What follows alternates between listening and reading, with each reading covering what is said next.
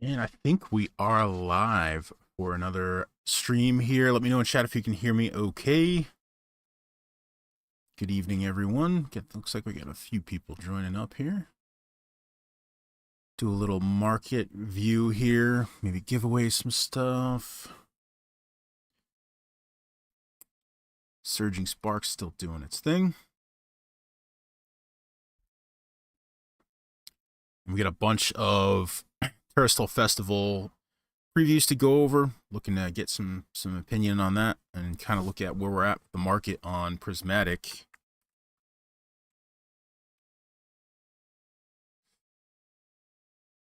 Because we still haven't seen much in the way of pre-orders come to market this past couple weeks.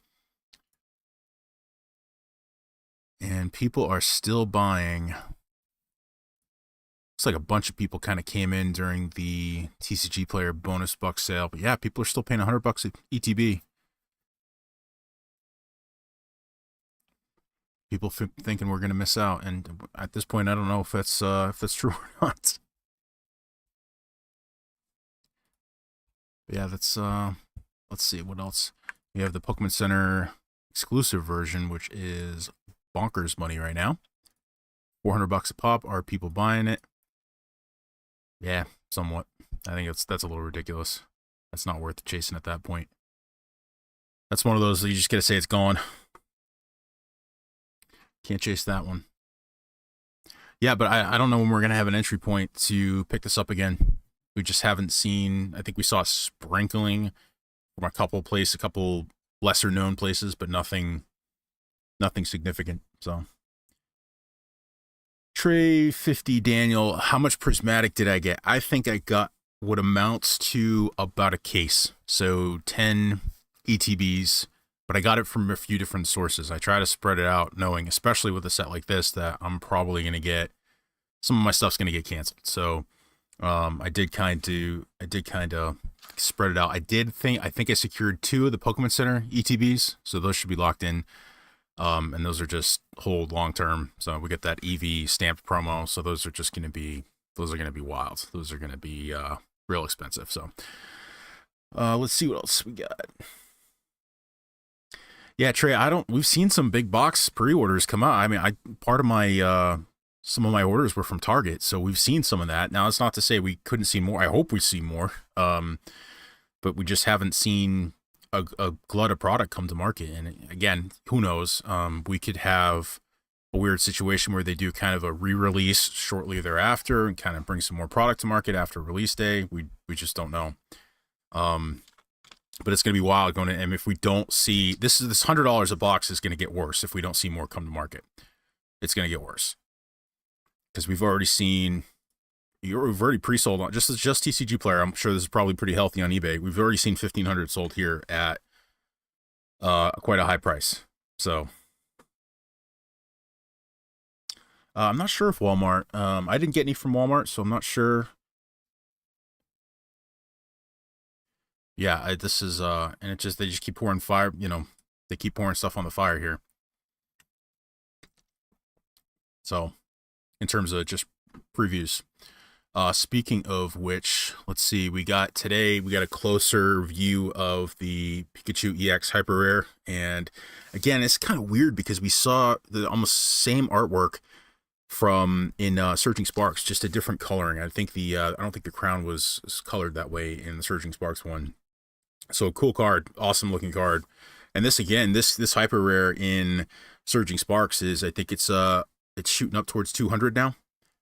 So it's just wild. So if you've been paying attention this week too, there were some posts on X about some God packs in the Japanese version. So I'm curious to see if that'll filter to English, which would be wild. That'd be pretty neat to know that they're going to be rare, I would assume. But if we did see them, that would be pretty interesting. It could also be some kind of collation error on the part of the manufacturing team, but yeah, this is Trey. This is a good one. I like this. There's not much I don't like that they've come out with. There's stuff I like less, but there's nothing where I'm like, eh.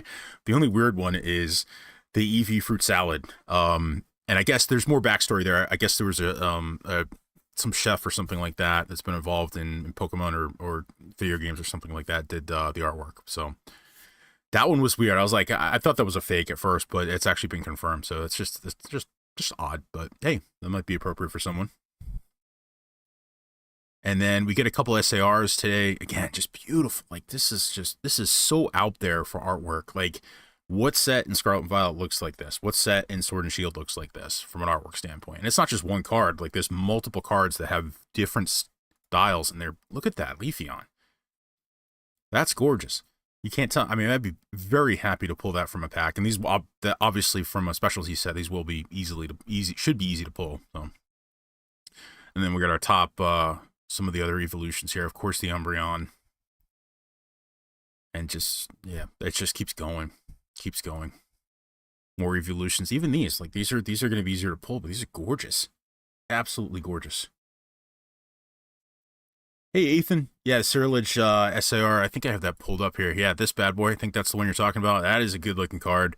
It's a little busy for my taste, but and we just had a good Cyrilage. I think it was an SAR on Surging Sparks. It was good looking. This is a great looking card. Be very happy to pull that.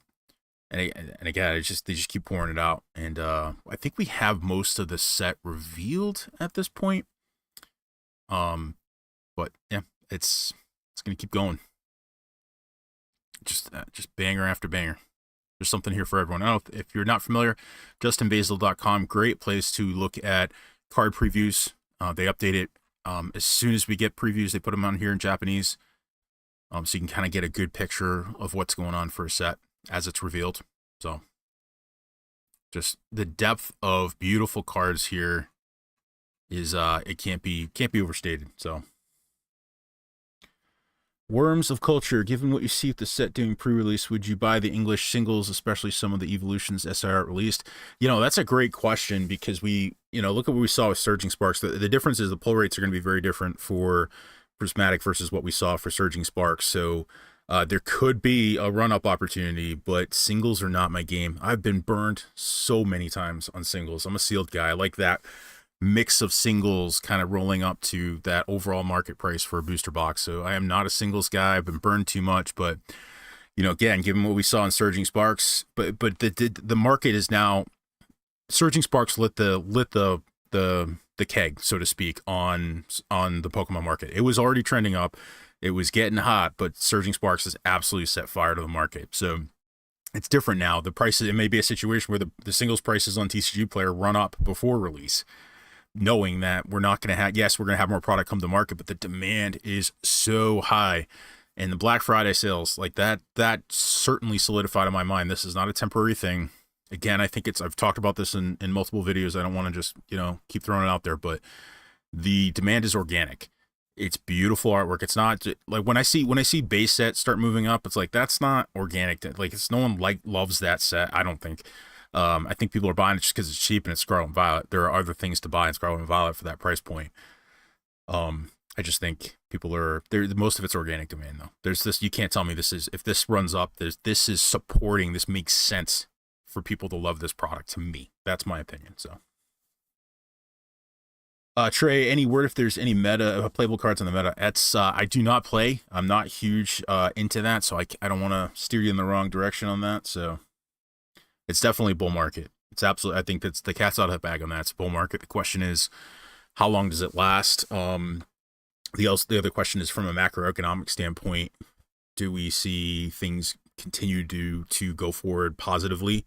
That's part of this, is that the people thought we were kind of heading towards a recession. I think the Trump presidency, is obviously beneficial from an economic standpoint, for business standpoint, I should say. So I think people are I think the demand to the market, the signal to the market is, hey, it's okay to spend, it's okay to invest. Right now, interest rates are, I should say, inflation is kind of, leveling off. So there's a lot of good things. There's a lot of exogenous things to, the United States in terms of what's happening in the world, like that could set things off. But if, Trump takes office and we see things go positively from a global standpoint, then it's going to continue to run. And it's not just printed cardboard, it's everything. It's the S&P 500. It's, if we start getting we start seeing money start to free up because interest rates are coming down, that's going to, a lot of things, it could be be a huge run for the United States, and you know, all these things, printing cardboard, everything's kind of tied together. And what you're seeing in the market, obviously, if we're in a recession, you wouldn't see the bull run, right, necessarily. So this is definitely a bull run. The question is just how long do you go into it? So you have to be careful from an investment standpoint. This is why, you know, it's dangerous chasing prices or chasing high booster boxes as they run up in price, like Surging Sparks. Should you enter Surging Sparks? Could absolutely hit $500. I think it will in 2025. The question is, you know, if the rug gets pulled out from underneath us in terms of reprints, if Pokemon Company pulls a COVID situation because there's so much demand signal from the market, do we see a glut of product come to the market and just kind of kill it and kind of stunt that bull run? I don't think that's happening, but you know, so at that point, if it could go to 500, do you go in at 200? Now, if you're okay, and I am, taking a hit and sitting on product at a loss for a while in case it starts driving down to 150 or MSRP again, then it doesn't matter. If your time, that's why my time horizon is so long, because in 5 years you're going to go through multiple bull markets, right? You have to take the emotion out of it. So yeah, let's rock it. Rising tides lift all boats. Yep, that's what's happening, Scarlet and Violet. And that's why you got to be careful, right? So like I talked about in Scarlet and Violet base, $120 a box. I am buying other things than that. Again, I'm not saying it's a terrible set, but there's better stuff to buy. So inflation is going to spike with those tariffs. Yeah, you know, this is that's a math situation that is not as clear as it seems on the surface, right? People want to do business in the United States.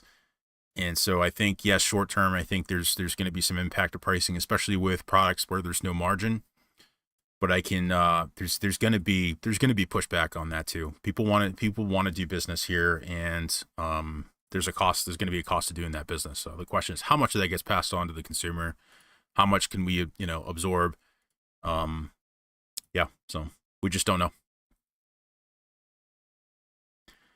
Let's see. Worms of Culture. In your opinion, do we ever see Prismatic product available at MSRP at any point? No, I don't think so. Ever again. And I think people get so, you see some of this online, or people are like, yeah, well, I'll pick it up at MSRP again. And I think some of it's just kind of like copium. Like they're just trying to cope with the fact that they missed out. And that's fine. You have to be okay with missing out. That's the emotion coming through. You got to take that out of the equation. I have missed product that has run up, right? I didn't get Evolving Skies before it started running up. I had the opportunity to, and I just didn't see it because it's like 1 or 2 cards or bust. I just didn't. That's, oh well, that happens. You have to be okay with that. But no, you're not going to see MSRP again. You'll see a pullback maybe, but to 50 again, I can't imagine. I guess unless they're doing something crazy and there's just a massive glut of product coming after release day, I can't imagine it. They've been very deliberate lately with how they're approaching print numbers, with how they're approaching reprints and restocks. The only weird one I wanted to talk about is we do have, I should have thrown this at the beginning, but if you missed out, Scarlet and Violet, Twilight Masquerade, Pokemon Center Elite Trainer boxes, they have that Teal Mask Ogerpon for the promo card, which isn't the best, but I think it's like $30 on TCG Player, but it's online. It came back in stock yesterday out of the blue, which was weird. So that one's odd. It's been up long enough, because I assume people are snatching these up, that this is a reprint, I think. And in my recent memory, can't remember them ever reprinting any of the Pokemon Center ETBs. So that one's a little concerning. It would be fine if it sold out in like 5 minutes and it was just a restock, but this has been up for over 24 hours now. And it's still up there. So that one's kind of weird. I don't know. They've been so reserved on the reprints. They've been sort of light-handed with it. To see something like this, it's like, I mean, maybe it was like an inventory issue, and this isn't something that gets out to distribution, right? So it's not like it's being sent back and they're trying to sell it through the Pokemon Center website. It's just odd. And again, Twilight Masquerade is a good product. The promo is not fantastic, but it's okay. I think it's mid-tier promo. I would imagine, I picked up 2. I ordered 2 yesterday. I would imagine people are snatching these up. So it's got to be a pretty voluminous, restock / reprint here. And again, where You know, why would they go back and reprint that? That's the kind of concerning stuff that I hate to see, because this is a collectible. This is absolutely, this is like, if there was a collector box for Pokemon Company, this is it, right? Especially in Scarlet and Violet, where you get the stamp promos now. And because that's, you know, in Sword and Shield, there's no reason. Why would you get the Pokemon Center ETB? There's no stamp promo. You just get an extra pack, maybe different artwork on the box. Absolutely a reason to get Scarlet and Violet ETBs. I think I have been just getting all of them before release when I can, you know, get my hands on them. So that's a little weird. But yeah, if you're interested in Twilight Masquerade Pokemon Center ETBs, they're online right now. So Trey, I think Twilight is low on people's priority, though. Yeah, it is. You're probably right. But I think it's a solid set. It's a solid set. It really was the. I think it was, to me, it was really like one of the first set that was like, hey, look at me, I'm Scarlet and Violet. Like, Scarlet and Violet's really good. That was the first set, because I was picking up Twilight Masquerade right after release for like $110 a box, and then shortly thereafter it was just boom. It started running up, and then as we were in the middle of that, we were starting to hear about Surging Sparks. Stellar Crown was coming. Stellar Crown was a great set too. It was printed, seemed to be printed pretty heavily, but yeah, that's the problem now, is there's so much focus on others. With Prismatic, you had Surging Sparks obviously blowing it out of the water, and then you have Prismatic, obviously, it's just kind of soaking up all the attention. Let's see what else. Yeah, so let's go through a couple of the things I wanted to look at here. We looked at Prismatic. We looked at some of the previews here. Again, for those who don't know, Pokebeach.com is probably the best place for hot news in the Pokemon market. Oh yes, let's look at the Palafin. So this is from a Tatsuhara, and Palafin's not a Pokemon I've really been interested in the past, but this is pretty neat. I was kind of put off by it at first, but this is kind of growing on me. I bet this looks bonkers in person. I bet.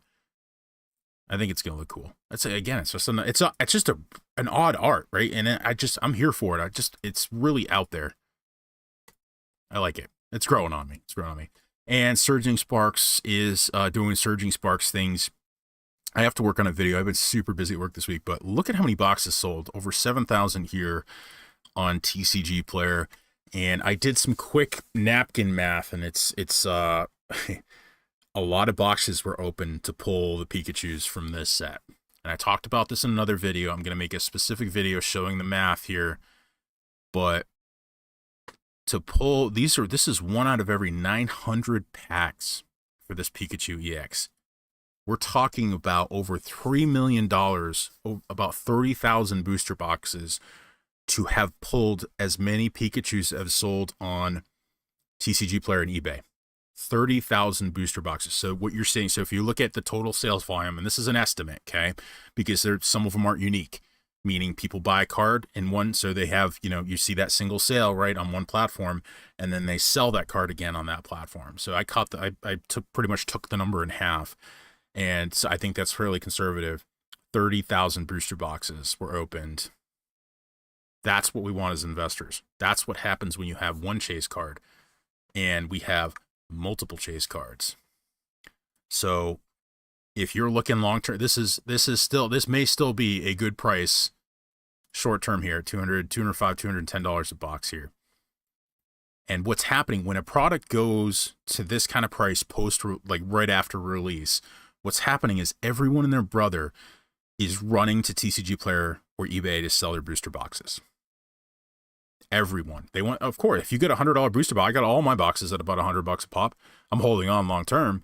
But if you want quick money, it's a very easy way to double your money. So don't let the fact that there's 600 of these fool you. A ton of these have been opened. This blows away anything else that's ever been sold in Scarlet and Violet, regardless of how long it's been on here. Never mind eBay, never mind all the other sales channels. This is what we want to see. I guarantee you there will be, now the caveat here, the asterisk is, as long as Pokemon Company doesn't come back and reprint this into the freaking ground, this will be one of the most open sets ever because of those chase cards. Multiple chase cards. Almost 500 for the Pikachu, 250 for the Latias, Pikachu EX Hyper Rares, 180. That one's bounced up. Look how many of those. It's not even near mint. There's 10 of these near mint on TCG Player. So that's running up. So people, anyone who bought that low at $100 a pop's making money. So people were actually making money on the singles on this one. But it just keeps going. There's something for everyone here. Let's get back to the chat here. At what price would you not justify picking up a 151 ETB as a ship sale? That's a great question. That's probably a video topic because that one is getting long in the tooth now. Let's go look at that.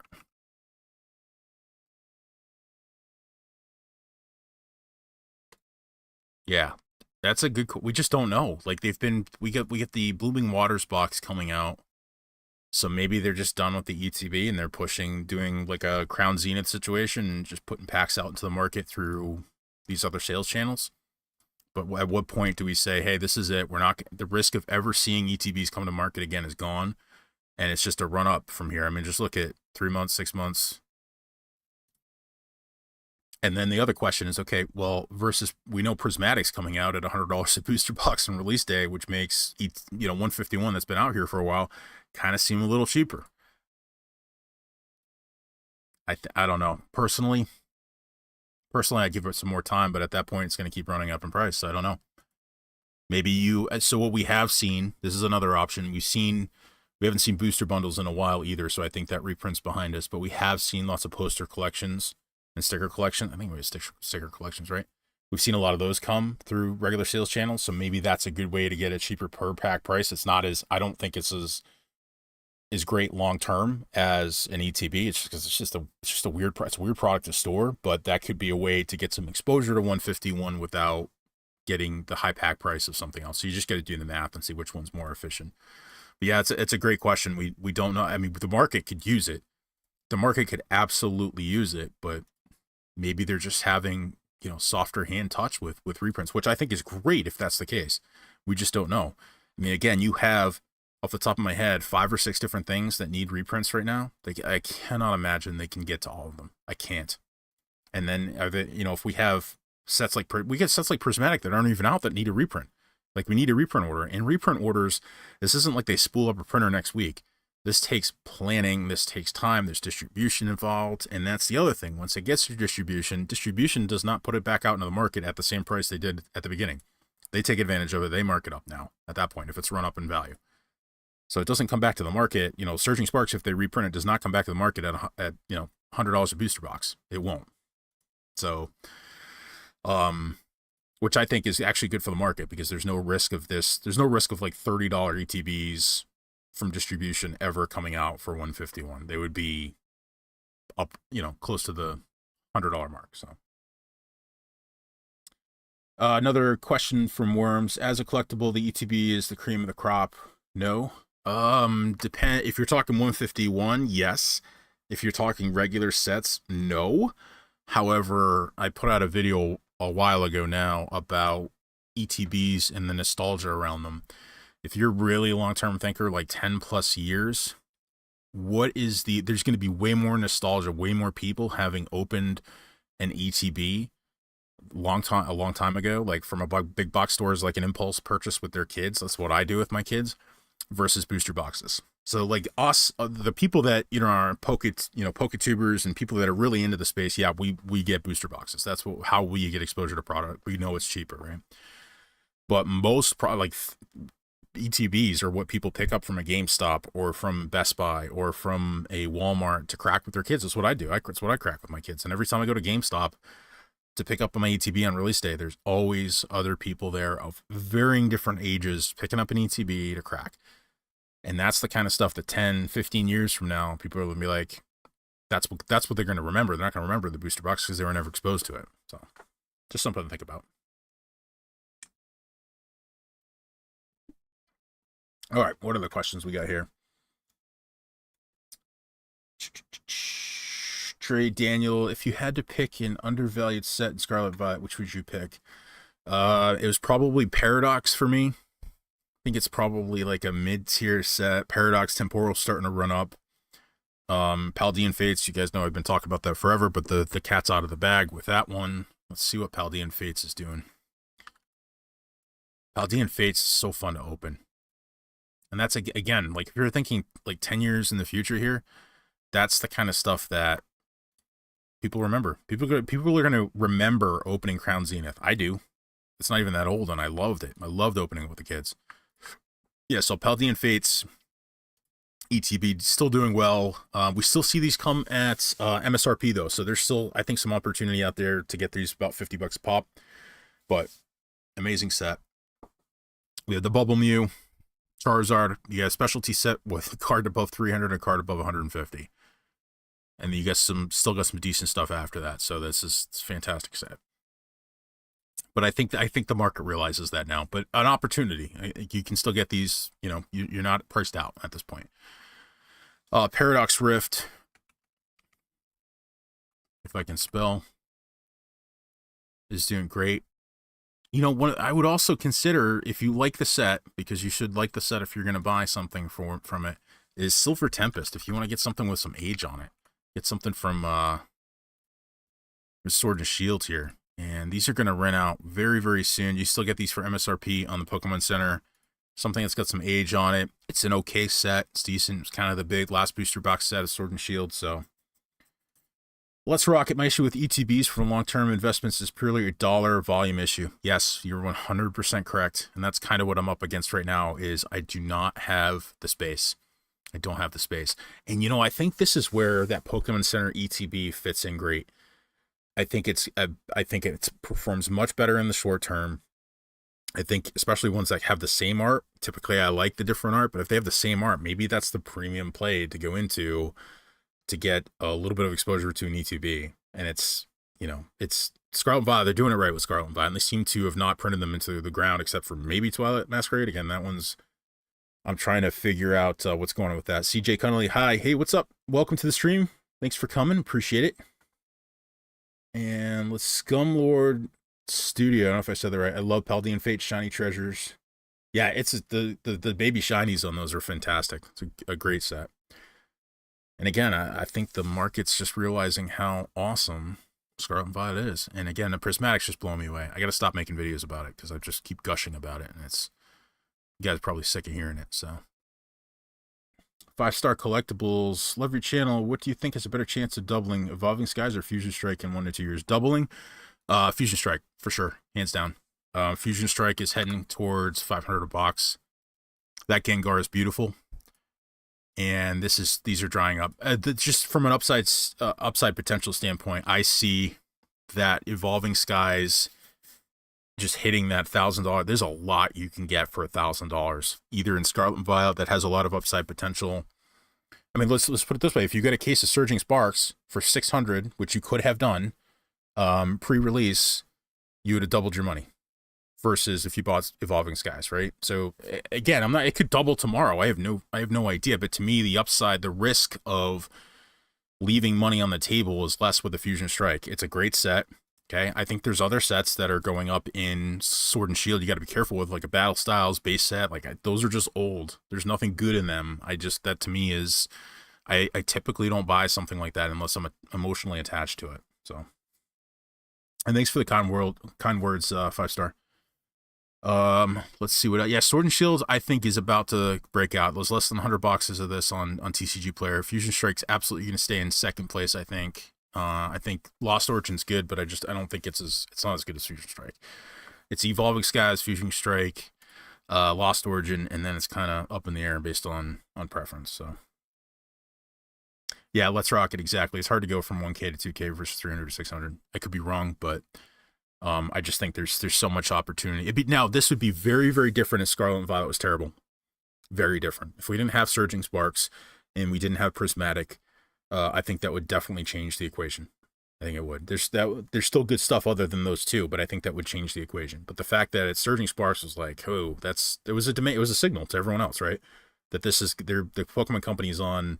It was that, and then Prismatic, we started to see releases, previews for Prismatic before Surging Sparks release. It's like, what is going on? Yeah, Gengar is beautiful. I should have picked one up. I was looking at one at my LGS a month ago. Damn, that's over 400 now. So that's racing towards, yeah, it's under 20 of those on TCG Player. Wow. Yeah, that's where I should have picked it up. It was 300. I'm like, yeah, it's a little rich for me, but yeah.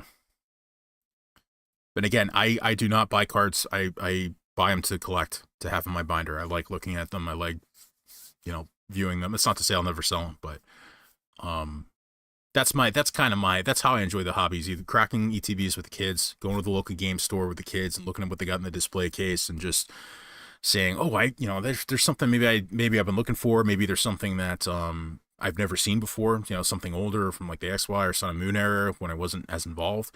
And that's the emotional pickup for singles. So, but yeah, everything's pumping. Everything's pumping. And, you know, you got to be, this is the time when you got to decide, you know, if you're sitting on products that you purchased, do you let it go? Or do you hold on to it and hope you're continuing to move up? Again, my methodology is that I just hold on to it. I just hold. And that's not to say I never sell. Sometimes I do. I kind of do a sell to cover approach sometimes where I try to go into like 3 or 4 booster boxes per set. And then if it runs up, if it gets to the point where you can sell 1 box to cover your initial dollar cost on the other 3, that's a great way to free up some capital. And then the other 3 or other 2 or however you do it, kind of ride for free, so to speak. It's all upside at that point. That's a great way to do it. I kind of like that because that, you know, there's only so much free capital I have to kind of sink into the hobby every month. So if I can kind of sell product that's made some money, as long as I have some left, that's what I hate. I hate selling the last of something and then it starts running up again. That's an emotion that I have a hard time dealing with. And I recognize that. So I'm like, I'll sell down to 1 box and hold that one. And that one's probably going to go into the ground with me when I die. So yeah, play on house money. Exactly. And I'm going to talk about that. I still got a couple of investment videos to do. The liquidation one I'm working on is a lot more involved. I think it's probably, you know, part of the thing with those videos is they tick some people off too, because they really don't think about that kind of stuff. Like if I mention in the liquidation video about the IRS 28% collectibles tax, people are going to get pissed. They're going to get ticked off because it's like, hey, this hobby that I enjoy, you're making it not fun, talking about the fact that, you know, collectibles like Pokemon, if you sell them after a year, is a way worse investment from a tax standpoint versus a 15% flat capital gains tax. But yeah, that's it's reality. And the point is, I want to put out there, I want to take people's blinders off and say, hey, yes, it's a fun hobby, but there's more efficient ways of making money. This is the most fun way of making money. And that's why I do it. It's not because it's necessarily outperforming something else. It's just that it's fun. It's interesting. And I find my brain works, in a way where if I like it, if I'm interested in it, I sink my teeth into it and I become better at it. That's just how my brain works. So. All right, what else is going on here? So we covered the other thing I wanted to mention too is we saw a bunch of Sword and Shield ETBs come through. I think it was Target. Quite a few of them, like coming in and out of stock. We saw Silver Tempest, which may still be up. I think we saw Brilliant Stars, Lost Origin. If you remember, right before Black Friday too, we saw a bunch of $20 ETBs come to market. And I think there's enough there that's probably, we can consider that a reprint. Because those, I have to imagine the $20 ETBs were gobbled up in like the hundreds or thousands. So I think there's a reprint there. So just my guess, multiple, and unless it's or just a restock coming from the Pokemon Company, but some of those sets are so old that I think it might be a reprint here on a few different sets. So.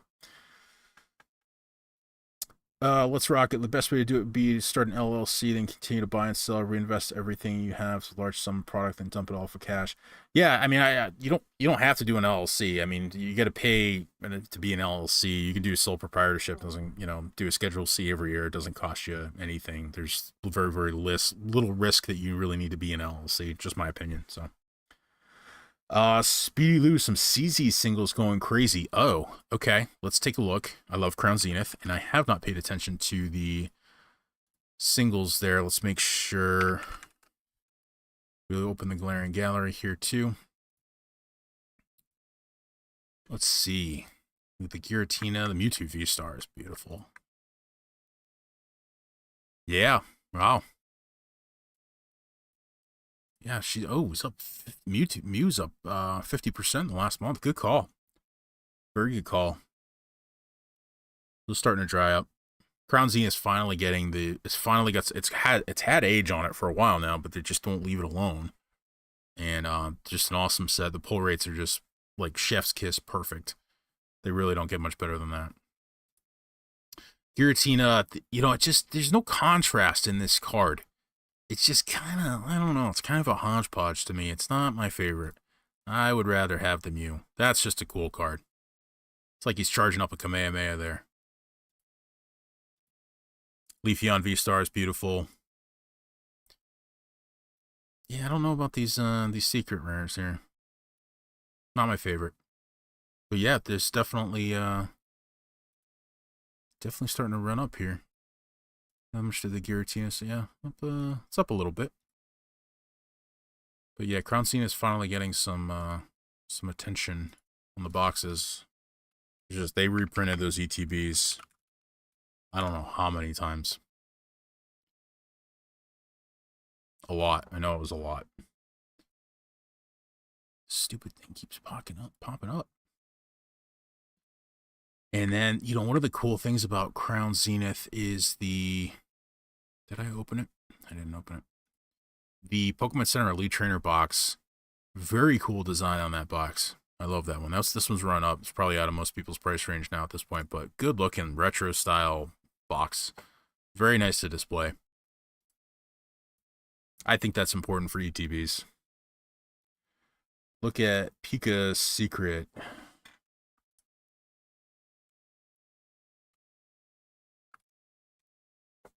I spelled Pikachu wrong. Jesus.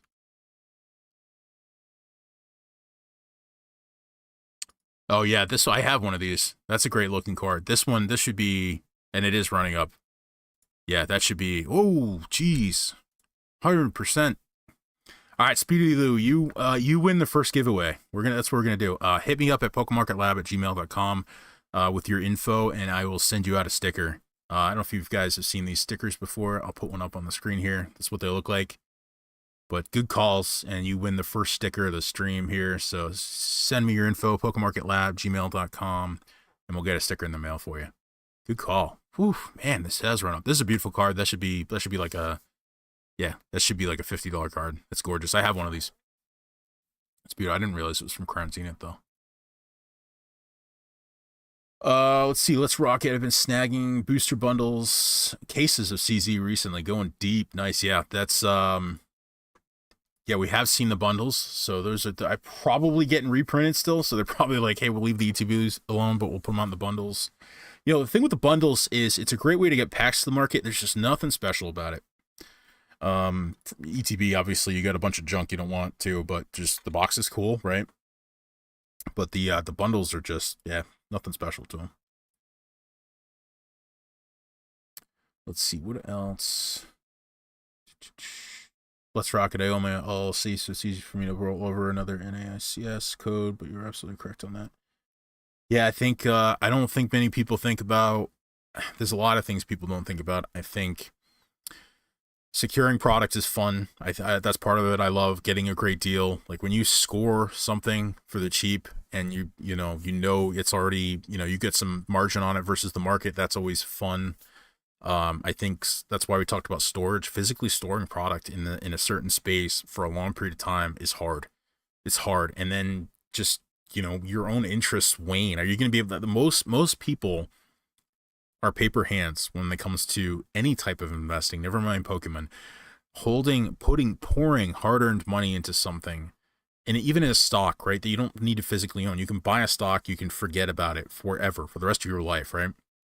A Pokemon product, you have to buy it, you have to receive it, you have to make sure you got what you ordered in good condition, you have to store it for a long period of time, you have to protect it, you have to secure it, and then when you do want to get rid of it and actually cash in and realize those gains, you got to list it somewhere, you have to sell it, you have to take a haircut on fees, which are significant, you have to take a haircut on shipping, and if something goes wrong when you're shipping it, you're the customer service person. TCG Player is not going to hop in there for you. eBay is not going to hop in there for you if it's damaged. It's on you, and those are all hassles. And again, it's not that those should preclude you or stop you from doing this hobby. It's just that they need to be considered.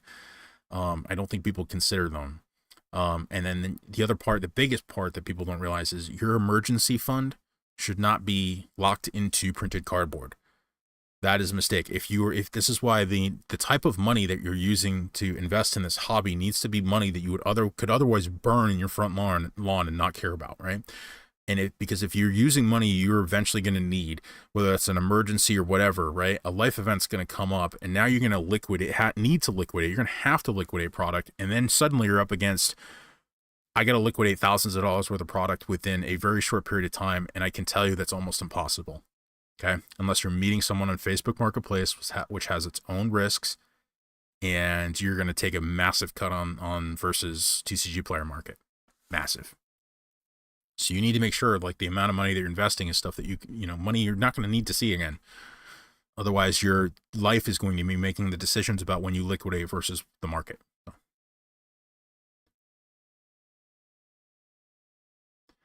Let's rock it. I'm an engineer, so I try to break down most of my constraints I'll run into.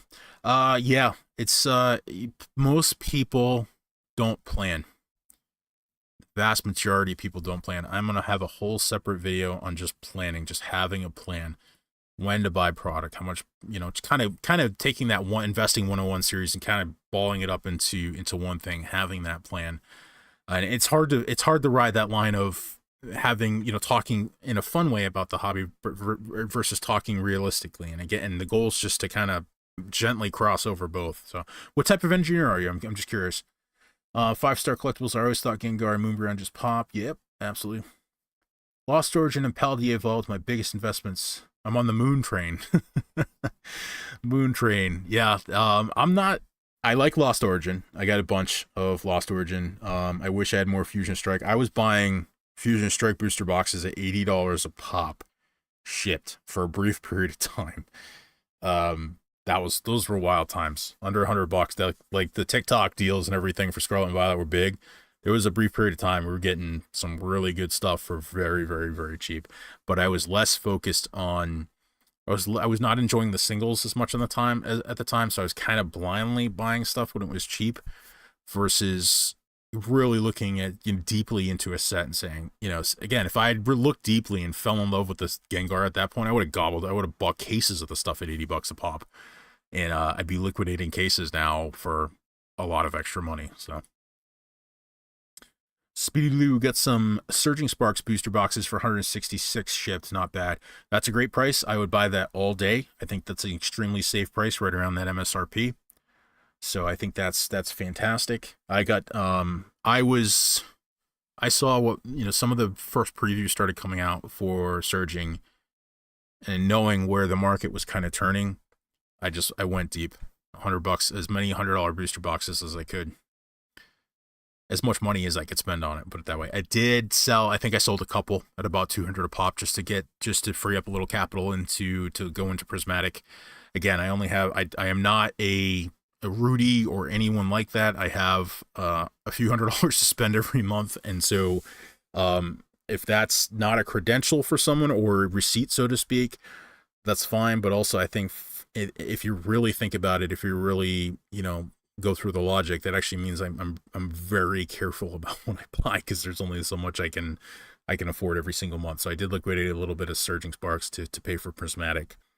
And you just you're cautious going into the holidays. I got a family. I don't want to be burning money that I don't have to buy product that I'm not turning and burning it. I did a little bit on Surging Sparks, but I got a solid case to store away long term, and I'm not selling.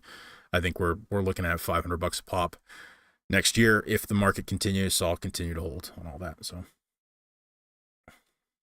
Alan Lynn, hey man, late to the stream, went over the Twilight Masquerade ETB section. Someone on Reddit said Pokemon Center restocked tens of thousands of the site. Now there are about 5,000 left, so the inventory is being drained. Yeah, that makes sense to me given just how long it's been up. I would have to imagine that they are just selling them like crazy. Like I bought some immediately because I thought they were going to sell it in like 5 minutes. So I would call that a reprint. That's pallets. And those are pretty big. So that's a lot. So why would they go back and reprint So that's not like saying, you know, again, unless they you know, they're going through their warehouse and they found a couple pallets sitting there. That's a reprint. Why? That's concerning. They're going back to reprint Pokemon Center ETBs. For Scarlet and Violet too. It's not old. It's not like it came back from distribution channels. They don't push those through distribution channels unless they're. So I guess what other countries are there that sell Pokemon Center ETBs? That's the only thing I can see if they kind of realign those to another region to get rid of them. I don't know. That's the only other thing I can think of. I would hate to think they went back and reprint those. That would not be. I don't think that would be a smart move. But I think you'd be better off reprinting regular ETBs. Just my opinion. Speedy my Surging Sparks pre-orders were at 95, but I ripped them all with friends for fun. It's a little, hey, that's, you know, I think, I think people, there's not enough investors who rip product. You got to love the product. I don't know how, like, how can you, like, just this Pikachu on the screen here, right? And then Surging Sparks, how can you not want to rip that? Like, how can you put that stuff on your shelf and not eventually fall in love with it? That's what Rudy does. And that's like, I guess he opens for stuff for videos, but it's just like, you have to be soulless not to just fall in love with this. I mean, again, the experience, and I was so freaking lucky to crack this Pikachu EX. The experience of pulling that and like, and I came home and told my wife, and she doesn't care. She doesn't understand how rare that is. It's like literally hitting, you know, pretty close to hitting a lottery ticket here. She doesn't realize that, and just sitting in your car, like, just like, oh man, look how beautiful. And it's just, it doesn't do it justice on the screen. How do you put product away for 5 years and not fall in love with it and not love it? And you know, and sometimes I wish I could, so I didn't care and I didn't get emotionally invested as to whether it made money or not. Luckily, I've been through the ringer from a regular investment standpoint with stocks for years. So it's not some special thing about me. I've just had the wisdom and experience of, I've been through bear bust times and, you know, bull and bear runs. And so I don't get emotionally attached to the product, to the price of the product, I should say. That's the only reason I can kind of do that. So 5-star collectibles. Thank you, sir. We'll probably do another 20 minutes here. I'm new, and people that have been in years treat reprints past like it's doomsday. Yeah, that's a short-term thinking thing. That's short-term thinking, 100%. Like I was saying, like it was doomsday when I came into the market, when I was starting to buy up Fusion Strike at $80 a pop. So and now there are certain things that have been reprinted far too aggressively. But most things are an opportunity. And again, this comes down to, is the product good? If Surging Spark, if you're short-term thinking, if we learn tomorrow that Surging Sparks is getting a massive reprint, I am buying. Okay? I am buying. I'll buy anything. If I can see it get close to $100 a box again, I'm gobbling it up. Why? Because it's a fantastic product with fantastic cards, right? That's all I need. That checks a box, right? We've already had support for the box at $200 a pop. We've had support for the singles at these prices, right? That tells me the market is willing to pay that now. It could be willing to pay that again. Whether that's months or years from now, to me, doesn't matter. Reprints for good sets are an opportunity if they're handled correctly. When we see things like what's happening with Twilight Masquerade, Pokemon Center ETBs, that's when I get a little shaky. I get a little concerned at that point. But again, I think like there's so much stuff that needs reprinting. Maybe they had a short reprint before, like they had to do a short print on it. Maybe that's why beforehand. Maybe it's from another country that got shipped back over to the U.S. to liquidate. I don't know. But if they keep doing what they're doing with these minor reprints, we saw it on, you know, on Paldevolved, on City in Flames. We see, you know, instead of reprinting 151 ETBs, they're doing Blooming Waters. That kind of stuff is good. That's what we want to see. But you're gonna at some point, like a Surging Sparks, they're gonna have to reprint booster boxes. I cannot imagine they don't reprint booster boxes for this set. I can't. It needs it. And if we get a retrace on price for Surging Sparks, I'm a buyer. But again, this all comes back to having a plan. Okay, if I have like 5 or 6 Scarlet and Violet base boxes that I kind of bought blindly before, you know, Scarlet and Violet came out. So if those drop to below 100 again, I'm not buying those. There's other opportunities. The cards don't blow me away in that set. You got to have a plan. You got to have a methodology for why you buy stuff. You should not be listening to just me. You shouldn't be just listening to Rudy. You shouldn't be listening to all these other PokeTubers like, buy this, buy this, buy this. It's great entertainment. Yes, you should look at different sources of information about things, but at the end of the day, you got to formulate your own opinion, and anything that you purchase should fit that plan. It should fit a plan. Yeah, Speedy Lou, I don't think you. I'm just. It's just a hypothetical on Surging Sparks. Yes, you'll never see $100 again on Surging Sparks. I don't care. I don't care. There's no way they would ever reprint enough of that to ever drive that down. And if they, because you got to remember, the market price, supply and demand is dynamic. Okay, there is demand for, and it's not that you don't always see the demand on the table represented in the booster box price. There's demand that waits. There's people that are not buying Surging Sparks booster boxes right now because they are expensive. Now, if that price drops to $150 a box, technically the demand in market now is going to go through the roof. And there's going to be people that run into the market to gobble up that box, which then supports that price pushing up further back to the $200 price point again. So you can't, like, the booster box price of Surging Sparks right now is not representative of all demand in the market, because there's demand that's outside of the market right now. Pokemania, how would you offload 20 plus booster box cases of SV01? Ooh. 20 booster box cases. That's going to be hard. Like, if you want to do it easy and try to find a buyer, that could be hard. You're going to have to find someone who's going to want some significant discount off the top to take them all off your hands. Otherwise, you got to try moving them on TCG Player, eBay. And people don't understand this. Like, when you go to liquidate a product, your time horizon of liquidation for this type of hobby is going to have, especially if you have volume like that, is going to have to be a period of time. It's going to have to be, like, I would think you would need a month to move that at a reasonable price point. If I want to move it tomorrow, I'm gonna have to fire sale it to pull some demand in to take that off my hands. That's because that's a lot of stuff. That's a lot of stuff. Or you're gonna deal with the hassle of selling individual cases or individual booster boxes, right? So yeah, sell to Rudy. He's honest about it. He tells you, right? He's looking at, like, 60-70% of TCG market price. Which, if you got in at like $70 a booster box, which was possible on SV1 base, then maybe that's, versus the 120 it's selling for now, it might be a good exit point. That's a lot. That's a lot of Scarlet Violet base. Let's Rocket insurance plus fire. Insurance is a tough one. I have not had luck trying to get a rider on my insurance for this kind of stuff. It's risky. It's fairly dense. From a cost, from a physical volume and price standpoint, it's hard to protect. It's not like gold. You can't put it in a safe. It's, when you go to an insurance company, you want to insure gold. It's like, you can prove that I have protection for it, right? And it's hard to do that with Pokemon product. It really is. So, Elliot Betancourt, hey, just found your channel. Love the content. Thank you. Thanks for stopping by the stream. I think you mentioned it was another video, but would you primarily sell your product in TCG Player or try to sell things on OfferUp or Facebook for straight cash? I debate which is the best to sell. TCG Player.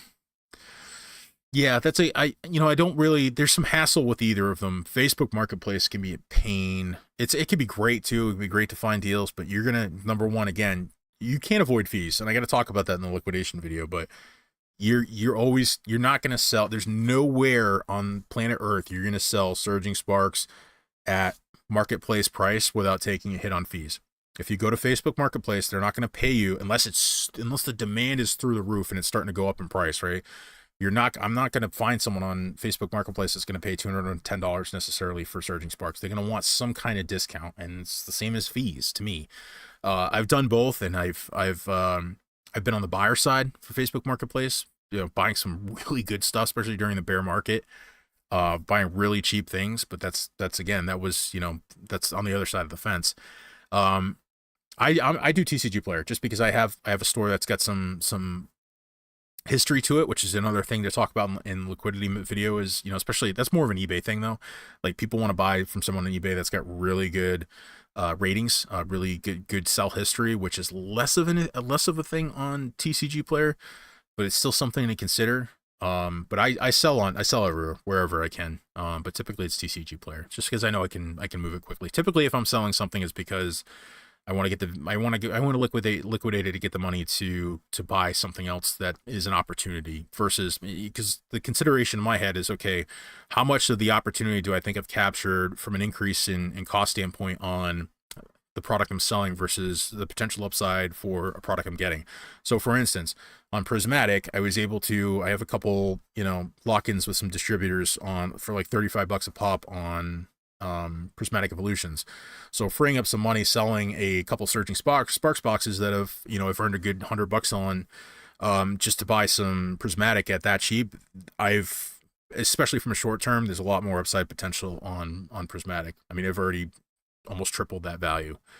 So that's kind of how I approach it. V, great content, just earned my sub. Thanks for coming along. We're gonna run for about 10 more minutes. I gotta give away a couple more stickers. Let's see here. What else are we looking at? I think I've kind of covered all the news of the week. I don't know if you checked out the market video I did this week. That's been kind of fun doing that on Wednesday. Chan Free, if you had limited funds, what's the percentage of your split in the Pokemon investing hobby? Nope, pull the message back. My question back to you would be, split how? Let's see if any missed any. I like Facebook because I don't need to figure out the shipping of it. Yeah, there are definitely some cool buyers on Facebook, especially if you know folks and they're just buyers all the time and you can kind of give them repeat business. But there's also those that, they message you and you're like, yes, it's available, and you negotiate a price, and then they stop talking to you, or you negotiate a price and then schedule a pickup time, and you drive 15 minutes to meet them and they don't show, and now you gotta go back to the market and try to find another buyer. That's the kind of hassle that I don't want to deal with Facebook. The other part of this is, if you're meeting someone and they know you got, a couple cases of Surging Sparks in your trunk, I talked about operational security before. That's a risk. It's a risk putting out there a picture of your collection that you're selling on Facebook. And if you think no one can find out where where you happen to live, especially on Facebook, I hate to be that kind of person that's like thinking about crazy stuff like that, but I don't want to go to a meetup somewhere, at night with cases of stuff in my trunk that we're exchanging thousands of dollars for. That's just, there's no risk of that on TCG Player. There's none. So that's something just to consider. Chanfree, sorry, split with invested stuff funds to hold, to buy dips or future product. I try to keep some funds available for opportunities that come up. Just because something, again, target $20 ETB day, that's like, hey, I want to take advantage of that, get some Lost Origin ETBs. So I try to keep a little bit of that there. So what I'll typically do with like personal funds is if an opportunity comes up, I'll make the purchase with personal funds, and then I'll kind of backfill by selling some stuff after. So it's not like I'm running, I got a buffer with the family. That's the way I want it. I want a buffer, right? I don't want to run right to zero. So that's kind of how I'll do it. McLizzy, you're supposed to be a Q&A, but you can't answer my question. You have 30-something people, but you happen to miss my question. This is shit. Hey, man, I mean, throw your question again in there. Whatever. Sorry. Trying to manage the screen and multiple things. Yes, meet in front of police station. Definitely the way to go. Yeah. But yeah, I stick to TCG Player, typically. So. Let's see, what else? Are we missing any other questions? I'm sure I have. Sorry, guys. Try to keep up with it. Funny bringing a case of BBs into a police station. Yeah. All right, let's give away a few more stickers here. Let's see. Let me go back. Who's been? Let's rock it. You've been super in chat. Hit me up, PokeMarketLab at gmail.com. We'll exchange some information here to get you a sticker. Trey 50 Daniel, if you are still here, hit me up at PokeMarketLab at gmail.com. We'll get your info, get you a sticker. McLizzy, no, you don't get one because of your comment. Let's see what else we got here. Speedy Lou, I already talked to you. Let's see. Yeah, I think that's it. I think we're gonna wrap it up. We did about an hour here. Trey 50 again. Yeah, you're still here, man. Yeah, hit me up at PokeMarketLab at gmail.com, and I'll get you a sticker. We'll get your address. Normal ETB is good to buy. from a storage standpoint, no. But there could be under MSRP, yeah, if you can get them super cheap. And you know, my thing there is I've like a few weeks ago, I had my son was going to a birthday party, so I just like pulled a cheap Silver Tempest ETB and just like, hey, this we'll give it to a friend. So it's good for stuff like that if you actually like the product. So, but typically it's hard to it's really hard to store. They store well because they're really strong. Like you can stack them to the ceiling. And the only other thing to think about is just a nostalgia play long term. So. That's the only the booster boxes, if you can afford them, are always the way to go. Yeah, for sure.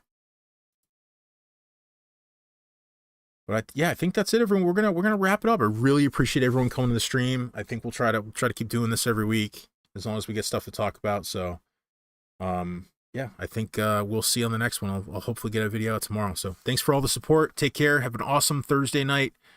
Peace.